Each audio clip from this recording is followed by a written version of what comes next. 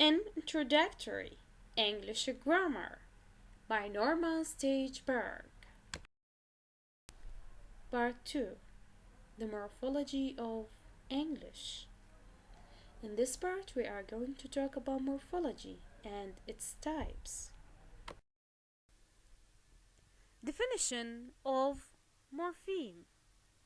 A morpheme is a short segment of language that meets three criteria. First of all, it's a word or a part of a word that has meaning.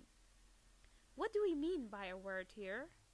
It means it can stand by itself. It has meaning, as well as you can find it in the dictionary. What does the writer mean by a part of a word? It means the bound morpheme. Can the part of a word stand by itself? No, it cannot. Does it have meaning? Yes, it has. Can you find it in the dictionary? No, you can't. For instance, the word player. The bound morpheme at the end of the word means one who, but it cannot stand by itself, and you cannot find it in the dictionary. Secondly, it cannot be divided into smaller meaningful parts without violation of its meaning, or without meaningless reminders. What does this mean? Let us have an example. For instance, the word straight cannot be divided into smaller meaningful parts. How is that? If I take the word straight and divided it into trait, rate, and eight, do they have the same meanings? No, they don't have the same meanings. Each word has its own meaning. So, the word that you can find in the dictionary cannot be divided into smaller meaningful parts. Thirdly, it recurs in different verbal environments with a relatively stable meaning. Like, if I want to change the verb to noun, I will not change its meaning, but I will change the part of speech. So, here it changes from paying verb to paying noun. As writer, write is a verb. If I want to make it a noun, I will add er at the end of the word. The bound morpheme will not change the meaning of the word, but it changes its conditions or its part of speech. Exercise 8.1. After each word, write a number showing how many morphemes it contains. I will give 2 examples only. The answers of the rest of the questions are in the next slide. 1.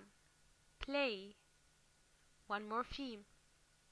Replay, 2 morphemes. Exercise A2. Write the meaning of the italicized morphemes. 1. Antedate. Ante means before. 2. Replay. Re means again. 3. Mainly. Li means like.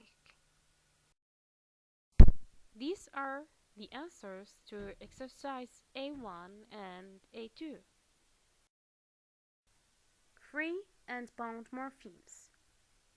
A free morpheme is the one that can be uttered alone with meaning.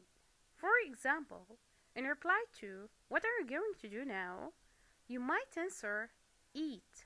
So the word eat has full meaning. It can stand by itself, and you can find it in the dictionary.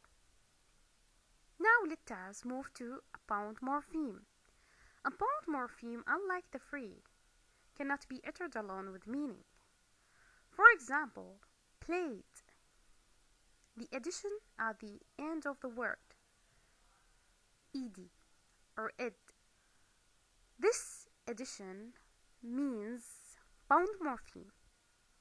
It changes the verb from the present tense to the past tense, but it cannot stand alone.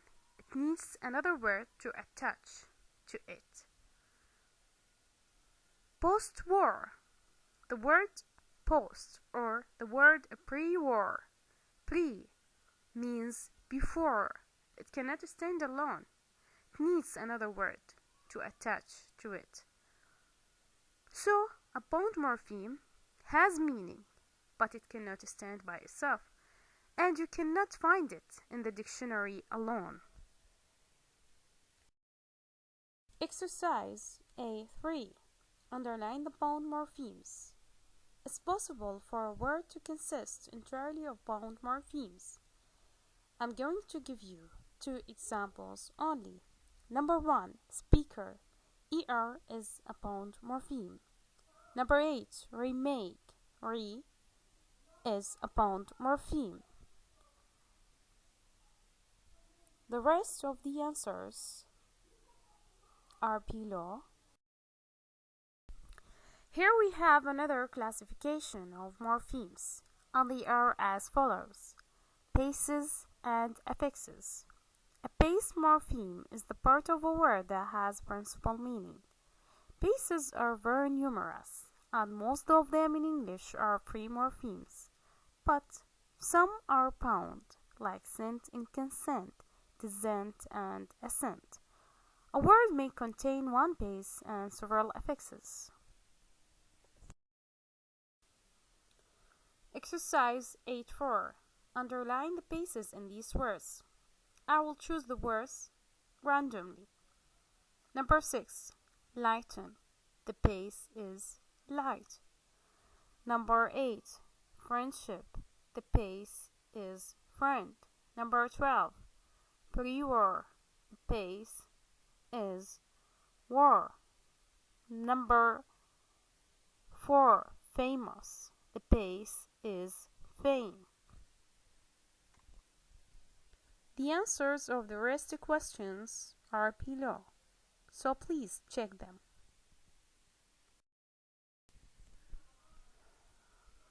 Exercise 8.5. Write in the blanks the meaning of the italicized bound bases. To be exact, we should write these words below in phonemic script to show the various forms of the base, but this would involve a complication that will be explained later. So here we must be content to indicate the base in a loose way with the spelling. Let us have 2 examples only. 1. Audience, audible, audition, etc. The bound morpheme audio means hear. 3.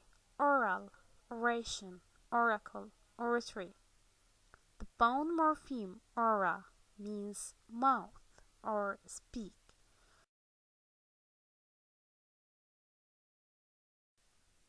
Thanks for watching this video. In the next one, I'm gonna give you the rest of this chapter. So, let us say, see you.